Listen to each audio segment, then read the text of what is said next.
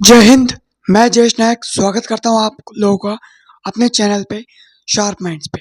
ठीक है, आज हम लोग बीए सेमेस्टर 1 राजस्थान यूनिवर्सिटी से जो जिन लोगों ने पॉलिटिकल साइंस ले रखी है उनके सेमेस्टर 1 में किताब चलती है पॉलिटिकल थ्योरी।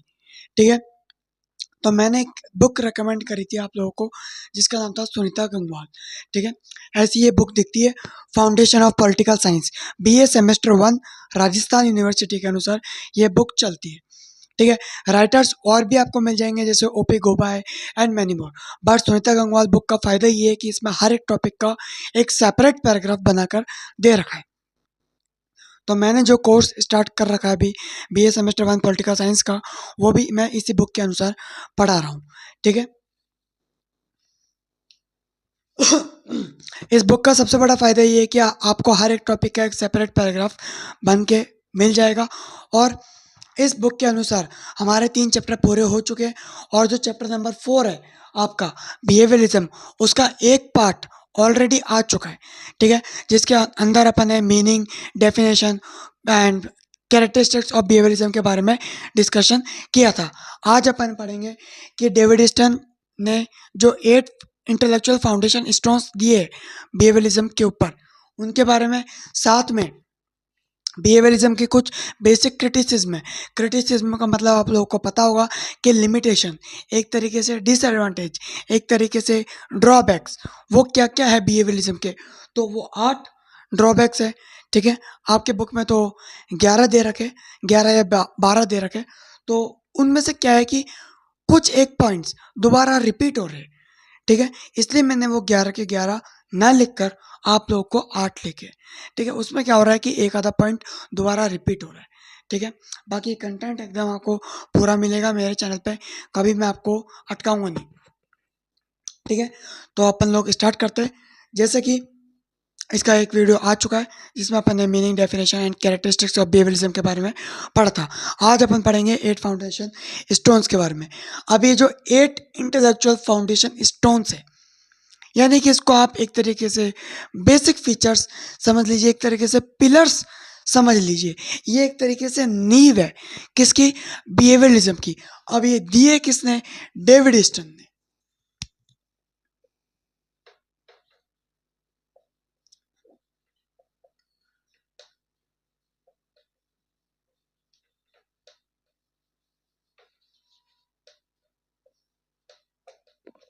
ठीक है, आप लोगों को मैंने पिछले वाली वीडियो में बताया था कि बिहेवियरिज्म के 2 फाउंडिंग फादर है। कौन? या अपन ये ऐसा कह सकते हैं कि 2 प्रपाउंडर है। कौन? एक है आपके चार्ल्स ई मिरियम और दूसरे है आपके डेविड ईस्टन। ठीक है, तो डेविड ईस्टन जी ने क्या दिया है आपको? बिहेवियरिज्म के अंदर 8 इंटेलेक्चुअल फाउंडेशन स्टोन्स। याद रखना कि 8 intellectual foundation stones David Easton ji के द्वारा दी गई है। और आगे वाला जो चैप्टर है पोस्ट बिहेवियरिज्म, उसमें एक शब्द आता है, उसके जो बेसिक कैरेक्टरिस्टिक्स होते हैं ना पोस्ट बिहेवियरिज्म के, 7 बेसिक कैरेक्टरिस्टिक्स उसके होंगे जिसको अपन क्या बोलेंगे? Credo of relevance. तो क्रेडो ऑफ रेलेवेंस भी डेविड ईस्टन ने ही दिया है और 8 फाउंडेशन स्टोन्स भी आपके जो है डेविड ईस्टन ने ही दिए। याद ये रखना कि क्रेडो ऑफ रेलेवेंस 7 है और वो डील करते हैं पोस्ट बिहेवियरिज्म से। 8 इंटेलेक्चुअल फाउंडेशन स्टोन्स 8 है जो कि डील करते हैं बिहेवियरिज्म से। ठीक है, जिनमें से पहला है आपका रेगुलेटरीज। इसमें ये बताया जाता है कि कोई भी टॉपिक पे जब आप स्टडी करते हो तो ऐसा नहीं है कि आपको स्टडी करके छोड़ देना है। नहीं, आपको ये स्टडी भी करना है उस टॉपिक के साथ में कि पास्ट में ऐसा क्या क्या सर्कमस्टांसेस हुए जिसके वजह से आज ये नौबत आई, आज ऐसा एक्शन हुआ, आज ऐसा इंसिडेंट हुआ सोसाइटी के अंदर, और यदि आज ऐसा इंसिडेंट हुआ है तो आने वाले टाइम पे इसका क्या इफेक्ट आएगा, उसको अपन बोलेंगे रेगुलेटरीज। दूसरा अपना आता है वेरिफिकेशन। ठीक है, जो भी आप स्टडी करेंगे उसको आप क्या करेंगे? वेरीफाइड करेंगे। ठीक है, अलग अलग टेक्निक्स की मदद से। ऐसा नहीं कि एक टेक्निक आपने पकड़ ली कि ये तो स्टैटिकल सर्वे में करूँगा और ये मेरा स्टडी पूरी हो गई और ये मेरा डेटा निकल के रख दिया आपने। ऐसा नहीं करना है, उसको मल्टीपल अलग अलग रिसर्च टूल्स की मदद से आपको क्या करना है? स्टडी करना है।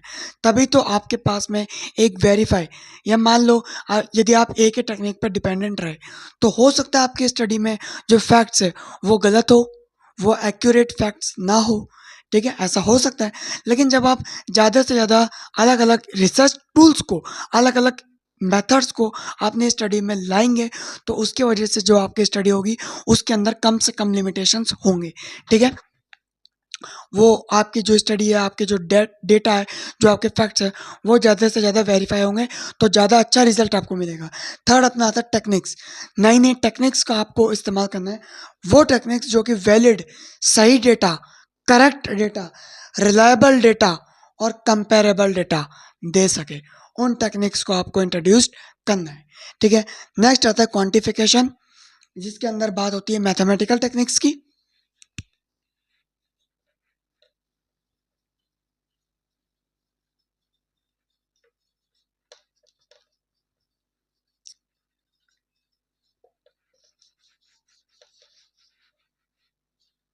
ठीक है, एक आपकी बुक में जो एक लाइन लिखी हुई है, gathering data is not enough, यानी कि डेटा को केवल गैदर करना काफ़ी नहीं है, केवल इकट्ठा करना काफ़ी नहीं है, उसको हमको क्या करना पड़ेगा, वेरीफाइड भी करना पड़ेगा। और क्वांटिफिकेशन टेक्निक्स में मैथमेटिकल टेक्निक्स आती है, जिसके माध्यम से आप डेटा को क्या कर सकते हो, वेरीफाई कर सकते हो। ठीक है, और मैथमेटिकल टेक्निक्स बिहेवियरिज्म की जो स्टेजेस अपन ने पढ़ी, तो 3 स्टेजेस अपन ने पढ़ी बिहेवियरिज्म की, 3 स्टेजेस अपन ने पढ़ी। तो मैथमेटिकल जो टेक्निक्स है ये थर्ड स्टेज में इंट्रोड्यूस्ड हुई थी। तो मैथमेटिकल टेक्निक्स के माध्यम से आप डेटा को जो है वेरीफाई कर सकते हो और काफ़ी अच्छा रिजल्ट आपको इसमें मिलेगा। नेक्स्ट आता है वैल्यू फ्री। जैसा कि मैंने आपको बताया था कि पॉलिटिकल साइंस को स्टडी करने की 2 अप्रोचेस होती है। एक होती है आपकी ट्रेडिशनल अप्रोच, जिसका टाइम पीरियड था from the period of Aristotle से लेकर 1945 तक, और 1945 से लेकर अब तक जो अप्रोच चलती है वो आपके चलती है मॉडर्न अप्रोच।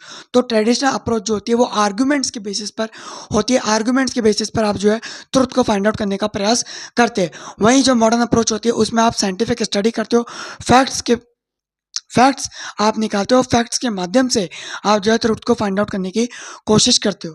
तो बिहेवियरलिज्म एक मॉडर्न अप्रोच का एक पार्ट है, तो जाहिर सी बात है इसमें फैक्ट्स होंगे, प्योर साइंटिफिक स्टडी ये होगी, तो वैल्यूज़ का तो इसमें रोल ही नहीं है। तो वैल्यूज़ यानी कि आर्गूमेंट्स, तो आर्गूमेंट्स के बेसिस पे इसमें फैक्ट्स नहीं दिए जाते, आर्गूमेंट्स के बेसिस पे ट्रुथ को फाइंड आउट नहीं किया जाता। इसमें जो ट्रुथ फाइंड आउट किया जाएगा वो फैक्ट्स के बेसिस पर किया जाएगा, वो साइंटिफिक स्टडी के बेसिस पर किया जाएगा।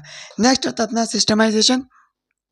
इसमें भी वही बात है कि आप जो भी स्टडी करते हो तो पास्ट में ऐसा क्या क्या सर्कमस्टेंस हुआ जिसके माध्यम से आज ये, जिसके कारण से आज ये समस्या आई, या आज जो भी चेंज हुआ वो पास्ट में ऐसा क्या हुआ जिसके वजह से आज ये चेंज हुआ, और आज जो भी इफेक्ट आ रहा है तो उसको, आज जो भी चीज़ें सोसाइटी में चल रही है कोई सी भी, उसको प्रॉपर वे में स्टडी करना, ताकि हम ये पता लगा ताकि हमको ये पता लग सके कि आने वाले टाइम पे उसका कैसे इफेक्ट आएगा। ठीक है, आने वाले टाइम पे उसका ज्योग्राफी पे क्या इफेक्ट आएगा, आने वाले टाइम पे उसका जो है इकोनॉमी पे क्या इफेक्ट आएगा। ठीक है, नेक्स्ट प्योर, एक चीज़ और, सिस्टमाइजेशन पे अपन में ये पढ़ते हैं कि इसमें थ्योरी ओरिएंटेड तो है, थ्योरी यानी कि थ्योरी तो होती है लेकिन थ्योरी के अंदर रिसर्च वाला पार्ट भी होगा। ठीक है, जो आपने स्टडी करी है, जो थ्योरी आपने बनाई है, उस थ्योरी के अंदर रिसर्च का पार्ट होगा ही होगा। ये चीज़ भी सिस्टमाइजेशन के अंदर आती है। नेक्स्ट प्योर साइंस अप्रोच, जैसे कि मैंने बताया था कि इसमें आर्गुमेंट्स की कोई भी वैल्यू नहीं होती, आर्गुमेंट्स में कहीं पर भी इसमें आर्गुमेंट्स का जिक्र नहीं आता, आर्गुमेंट्स के बेसिस पर ट्रुथ को फाइंड आउट नहीं किया जाता, केवल साइंटिफिक स्टडी अलग अलग टूल्स के माध्यम से, अलग अलग रिसर्च टूल्स के माध्यम से रिसर्च की जाती है, फैक्ट्स निकाले जाते हैं, और इसलिए अपन इसको क्या कहते हैं, प्योर साइंस अप्रोच कहते हैं। नेक्स्ट आता है अपना इंटीग्रेशन। इंटीग्रेशन का मतलब मैंने आपको पहले भी बताया था, इंटरडिसिप्लिनरी अप्रोच कहो या इंटीग्रेशन कहो एक ही बात है। यानी कि फॉर एग्जांपल ये एक देश है, इस चीज़ को बहुत ध्यान से समझना, ये यहाँ पर अलग अलग जो है सिटीजन्स है। अब इन्होंने कोई भी घटना की, यानी कि कोई भी इंसिडेंट यहाँ पर हुआ, ठीक है, और वो मान लो कोई भी पॉलिटिकल इंसिडेंट था। अब उस पॉलिटिकल इंसिडेंट का ज्योग्राफी पे क्या इफेक्ट आ रहा है, उस पॉलिटिकल इंसिडेंट का इकोनॉमिक लाइफ पे क्या इफेक्ट आएगा, उस पॉलिटिकल इंसिडेंट का सोशल लाइफ पे क्या इफेक्ट आएगा, वो क्या कहलाता है, इंटीग्रेशन, यानी कि इंटरडिसिप्लिनरी स्टडी। एक सब्जेक्ट का जो स्टडी है वो अलग अलग सब्जेक्ट के सिस्टम से कैसे डील कर रहा है। ठीक है, वो जो पैटर्न होगा, वो जो स्टडी होगी उसको अपन क्या बोल सकते हैं, उसको अपन इंटीग्रेशन भी कह सकते हैं और इंटर डिसिप्लिनरी स्टडी भी कह सकते हैं। ठीक है, ये हो गए अपने 8 फाउंडेशन स्टोन्स जो कि किसने दिए थे, डेविड स्टर्न जी ने दिए थे रिगार्डिंग बिहेवियरलिज्म। ठीक है, पोस्ट बिहेवियरलिज्म में क्रेडो ऑफ रेलेवेंस आता है जो कि 7 है और वो भी डेविड स्टर्न जी ने ही दिए थे। नेक्स्ट अपना आता है क्रिटिसिज्म ऑफ बिहेवियरलिज्म, यानी कि बिहेवियरलिज्म की क्या क्या कमियां हैं, क्या क्या उसकी लिमिटेशन है, क्या क्या उसके ड्रॉबैक्स है, वो अपन पढ़ेंगे। तो पहले आता है कि बिहेवियरलिज्म में टेक्निक्स पे ज़्यादा से ज़्यादा फोकस किया जाता है रेदर देन द रिजल्ट। ठीक है, ज़्यादा से ज़्यादा फोकस किया जाता है टेक्निक्स पे, और जो बिहेवियरलिस्ट होते हैं ये उन्हीं मुद्दों पर डील करते हैं जिस पर ज़्यादा से ज़्यादा टेक्निक्स अवेलेबल है। ठीक है, जो चीज़ काम की है उस पे कम करते हैं स्टडी, जो मुद्दा काम का है उस पर स्टडी करते हैं कम, और उन मुद्दों पर ज़्यादा स्टडी करते हैं जिन पर ज़्यादा से ज़्यादा क्या हो सके, हमारा रिसर्च टूल्स अवेलेबल हो सके, यानी जिस पे ज़्यादा से ज़्यादा टेक्निक्स अवेलेबल है उन पे स्टडी करना, भले ही उसका रेलेवेंस क्या हो, कम हो। ठीक है, तो ये एक बड़ा लिमिटेशन है बिहेवियरलिज्म का। सेकंड अपना आता है पॉलिटिकल साइंस कभी भी वैल्यू फ्री नहीं हो सकती। यदि आपने पॉलिटिकल साइंस को वैल्यू फ्री कर दिया तो क्या होगा, तो पॉलिटिकल साइंस का जो नेचर है, जो इंटीग्रिटी है, जो पॉलिटिकल साइंस का जो एटीट्यूड है, जो कैरेक्टर है पॉलिटिकल साइंस का, वो कहीं ना कहीं डैमेज होगा। और आपने क्या कर दिया, बिहेवियरलिज्म में प्योर साइंस अप्रोच का नाम देकर इसमें से वैल्यूज को हटा दिया। तो ये एक तरीके से पॉलिटिकल साइंस की जो कंप्लीट स्टडी नहीं कह सकते अपन। ठीक है, थर्ड अपना आता है कि पॉलिटिकल साइंस स्टैटिक, ये स्टैटिस नहीं है, ये स्टैटिक है।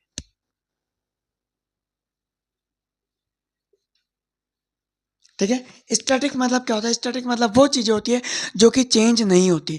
स्टैटिक का उल्टा क्या होता है, डायनेमिक। डायनेमिक मतलब जो समय के साथ में जो कि चेंज होती जाती है। तो जो बिहेवियरलिस्ट होते हैं, भाई बिहेवियरलिज्म स्टडी है, बिहेवियरलिज्म अप्रोच का नाम है ना, मॉडर्न अप्रोच के अंदर ये आती है। तो बिहेवियरलिज्म को जो प्रैक्टिस करेगा उसको अपन क्या बोलेंगे, उसको अपन बोलेंगे बिहेवियरलिस्ट। तो जो बिहेवियरलिस्ट, ये जो बिहेवियरलिस्ट होते हैं ना, ये स्टैटिक चीज़ों पे डील करते हैं। करंट में जो चल रहा है, जो सोसाइटी के लिए ज़रूरी है, उस पे तो डील करेंगे नहीं, और केवल सिलेक्टेड मुद्दों पर डील करते हैं जिन पे ज़्यादा से ज़्यादा टेक्निक्स अवेलेबल है। तो ये भी इनका क्या है, एक बड़ा लिमिटेशन है। नेक्स्ट आता है अपना एवर चेंजिंग बिहेवियर। ठीक है, इसमें अपन क्या पढ़ते हैं कि भाई ह्यूमन बिहेवियर की स्टडी इसमें होती है। ठीक है, मान लिया, लेकिन इसमें दिक्कत होती है। दिक्कत क्या है, अब ह्यूमन बिहेवियर है, ह्यूमन बिहेवियर, इतने सारे ह्यूमंस होते हैं, कोई भी घटना होती है, कई सारे ह्यूमंस होते हैं, सबकी स्टडी आप नहीं कर सकते। रिसर्चर्स तो क्या होते हैं, रिसर्चर्स कितने हैं, चंद है, उंगलियों पर आप गिन सकते हो, लेकिन जो ह्यूमंस उसमें इंक्लूड है वो तो लाखों में, तो सबकी स्टडी पॉसिबल नहीं है, एक लिमिटेशन। दूसरा, जो ह्यूमन बिहेवियर है वो क्या हो जाता है, बियास्ड। पहली बात तो ये कि जो ह्यूमंस है वो क्या है, लार्ज स्केल में। सेकंड,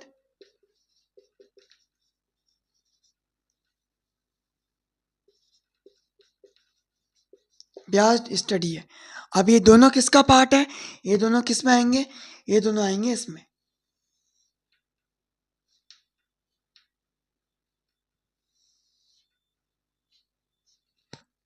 ठीक है, आपने ये तो बता दिया एवर चेंजिंग बिहेवियर, बिहेवियर की स्टडी करना मुश्किल है।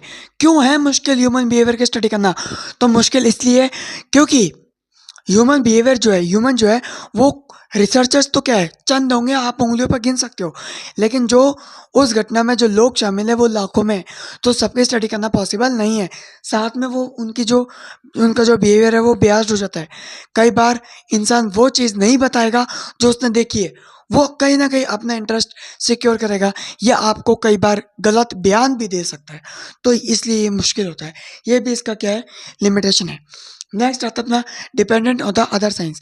मैंने आपको बताया था कि पिछली वीडियो में कि इंटरडिसिप्लिनरी अप्रोच होना अच्छी बात है, अच्छी बात है। आप अलग अलग सब्जेक्ट की स्टडी कर पाते हो इसके माध्यम से। एक ही स्टडी, एक ही मुद्दा अलग अलग सब्जेक्ट के सिस्टम्स पे कैसे इफेक्ट कर रहा है, एक ही टॉपिक ज्योग्राफी पे क्या इफेक्ट डालेगा, इकोनॉमी पे क्या इफेक्ट डालेगा, सोशल सिस्टम पे क्या इफेक्ट डालेगा, यह आपको पता चल जाएगा। लेकिन कई बार ऐसा भी होता है कि आप दूसरी साइंस पे, दूसरे सब्जेक्ट पे आप बहुत ज़्यादा डिपेंडेंट हो जाते हो, जिसके कारण से आप जैसे पॉलिटिकल साइंस के जो मुद्दे हैं वो दूसरे सब्जेक्ट पे जब बहुत ज़्यादा डिपेंडेंट हो जाएंगे, तो पॉलिटिकल साइंस का जो खुद का नेचर है, जो खुद का इंटीग्रिटी है, जो खुद का एप्टीट्यूड है, जो खुद का कैरेक्टर है, जो खुद का नेचर है पॉलिटिकल साइंस का, वो कहीं ना कहीं क्या हो जाएगा, विलुप्त हो जाएगा, जो कि गलत है। ठीक है। नेक्स्ट आता है अपना क्लियर डिमार्केशन। अब जब आप दूसरी साइंस पर डिपेंडेंट हो तो उसमें भी क्लियर डिमार्केशन है। मतलब पॉलिटिकल साइंटिस्ट यदि कोई है, यदि वो कोई स्टडी कर रहा है उसमें ज्योग्राफी का या इकोनॉमी का उसमें कोई पैरामीटर है उस स्टडी के अंदर, तो उसकी भी वो कंप्लीट स्टडी नहीं कर पाएगा, क्योंकि उसको नॉलेज है पॉलिटिक्स की, पॉलिटिकल साइंस की बस। ज्योग्राफी की थोड़ी बहुत नॉलेज है उसको, इकोनॉमी की थोड़ी बहुत नॉलेज है उसको, उस पर वो उसकी स्टडी मूल मुद्दों को तो दिखा रही है, कैसे इकोनॉमिक सिस्टम पे इफेक्ट आ रहा है वो तो दिखाई जा रही है, लेकिन उसका इकोनॉमी का हर एक एक बारीकी वो नहीं दिखा सकता, क्योंकि उसको नॉलेज नहीं है। सोशल लाइफ पे कैसे इफेक्ट आ रहा है वो नहीं दिखा सकता, क्योंकि उसको प्रॉपर नॉलेज नहीं है। उसको प्रॉपर नॉलेज केवल पॉलिटिकल साइंस की है। तो दूसरे पैरामीटर्स को आप टच जरूर कर रहे हो, लेकिन उसमें भी आपको प्रॉपर नॉलेज नहीं है। ठीक है। नेक्स्ट आता है लिमिटेड नॉलेज। लिमिटेड नॉलेज का मतलब यहाँ पर यह है कि यहाँ पर क्विक डिसीजन नहीं ले सकते। फॉर एग्जाम्पल कोरोना आया, ठीक है। अब उसकी जो वैक्सीन है वो कौन बनाएगा? अब उसकी वैक्सीन बनेगी प्रॉपर एक साइंटिफिक स्टडी के माध्यम से, रिसर्च होगी, बाकायदा लोगों पे टेस्ट किया जाएगा। ठीक है। उसमें टाइम भी लगेगा और उसमें ज़्यादा कॉस्ट भी लगेगी, पैसा भी खर्च होगा। तो क्योंकि साइंटिफिक स्टडी है वो, भाई दवाइयाँ आप बना रहे हो तो वो भी साइंस का, मेडिकल साइंस का पार्ट है। तो ये भी एक क्या है, ये भी तो प्योर साइंस अप्रोच है। तो यहाँ पर भी कॉस्ट ज़्यादा लगती है, टाइम ज़्यादा लगता है। तो इस कारण से आप जल्दी से क्विक डिसीजन नहीं ले सकते। ठीक है।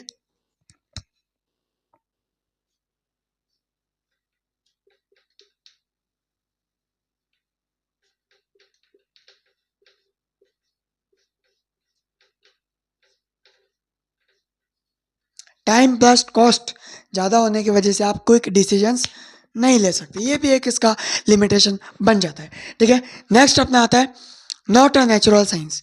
ठीक है। ये एक नेचुरल साइंस नहीं है। यदि नेचुरल साइंस होता, यदि प्रॉब्लम्स को सॉल्व कर देता, तो पावर्टी जैसी प्रॉब्लम्स को सॉल्व कर देता। ठीक है। टेररिज्म जैसी प्रॉब्लम्स को सॉल्व कर देता। हंगर, भुखमरी की जो समस्या है वो सॉल्व हो जाती, टेररिज्म सॉल्व हो जाता। तो ये जो नेचुरल जो प्रॉब्लम्स है ये सॉल्व हो जाती, लेकिन ये इस अप्रोच के माध्यम से प्रॉब्लम सॉल्व नहीं हो रही, नहीं हो रही। इसका मतलब ये नेचुरल साइंस नहीं है। ठीक है। प्रॉब्लम्स जैसे कि आपका टेररिज्म, हंगर,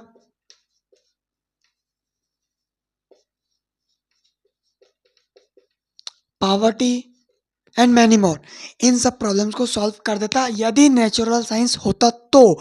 लेकिन बिहेवियरलिज्म जो है वो नेचुरल साइंस नहीं है, इस कारण से वो terrorism, hunger, poverty and many more problems को सॉल्व, न्यूक्लियर अटैक्स के थ्रेट, न्यूक्लियर अटैक्स,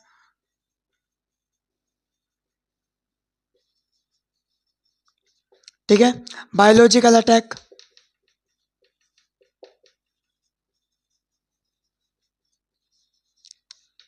इन सबको प्रॉब्लम्स को सॉल्व कर देता यदि बिहेवियरिज्म नेचुरल साइंस होता तो। लेकिन वो नहीं है, इस कारण से ये प्रॉब्लम्स भी सॉल्व अभी तक नहीं हो पाई। ठीक है। तो आज हम लोगों ने देख लिया कि 8 intellectual foundation stones given by David stern, and उसी के साथ अपन लोगों ने देखा क्रिटिसिज्म ऑफ बिहेवियरिज्म, यानी कि बिहेवियरिज्म की क्या क्या कमियां है, क्या क्या उसमें लिमिटेशंस है, क्या क्या उसके ड्रॉबैक्स है, वो अपन ने 8 अपन ने देख लिए। बुक में आपके 11 से 12 है, तो घबराइए मत, कंटेंट ये पूरा है। 11 से 12 एक एक पॉइंट को जो है, किसी किसी पॉइंट को दोबारा रिपीट करके बता रखा है। ठीक है। बाकी है उसमें भी 8, लेकिन उसमें रिपीट करके बता रखा है, इसलिए वो 11 से 12 हो गए। ये कंटेंट पर्याप्त है, आपको कहीं पर भी कोई भी दिक्कत नहीं आएगी। और ये बहुत ही इंपॉर्टेंट क्वेश्चन है इस चैप्टर से, ये वाला 8 intellectual foundation stones given by David stern किसके रिगार्डिंग में है? बिहेवियरिज्म के रिगार्डिंग में है। पोस्ट बिहेवियरिज्म के रिगार्डिंग में आएगा क्राइटेरिया ऑफ रेलेवेंस, जो कि 7 है, वो भी डेविड स्टर्न ने दिए थे। तो ये इसके बहुत एक इंपॉर्टेंट क्वेश्चन है, एग्जाम में 100% आता रहा है और आता रहेगा सेमेस्टर में और प्री सेमेस्टर जो यूनिवर्सिटी एग्जाम्स होते हैं उसके अंदर। ठीक है। और ये भी एक बहुत ही इंपॉर्टेंट क्वेश्चन है, क्रिटिसिज्म ऑफ बिहेवियरिज्म। ठीक है। तो एक बार आप लोग इस चीज़ों का स्क्रीनशॉट ले लीजिए।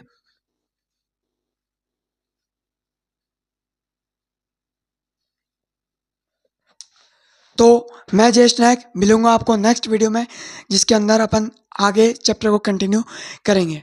जब तक के लिए जय हिंद, वंदे मातरम, goodbye, God bless you.